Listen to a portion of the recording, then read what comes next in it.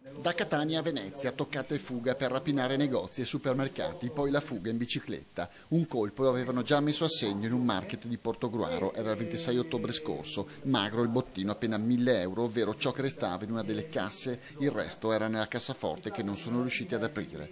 Loro avevano scelto giustamente l'orario vicino alla chiusura, momento in cui massimo è l'affluenza e massima è la giacenza di contante in cassa, ma noi avevamo fatto i conti con il fatto che le casse erano temporizzate, quindi non è stato possibile accedere ai fondi che erano già stati depositati. L'altro colpo lo stavano mettendo a segno, forse un vero e proprio assalto ai danni di un ufficio postale, sempre nel Veneto orientale. I carabinieri li hanno però fermati in tempo. A finire in manette 4 persone, 3 siciliani e un loro concittadino trapiantato da anni in Veneto, considerato il basista.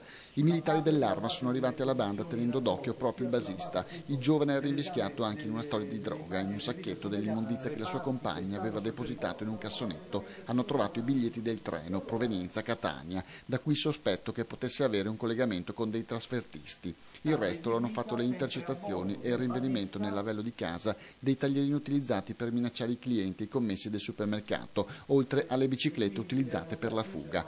Ora le indagini vanno avanti, obiettivo capire se la banda sia autrice di altre rapine avvenute nel portogruarese tra la fine del 2011 e l'inizio del 2012 con lo stesso modus operandi. Stiamo appurando se prenotazioni con gli stessi nomi erano stati fatti a bordo di Trenitalia, fermo restando che le banche dati di Trenitalia hanno la permanenza dei dati piuttosto limitata.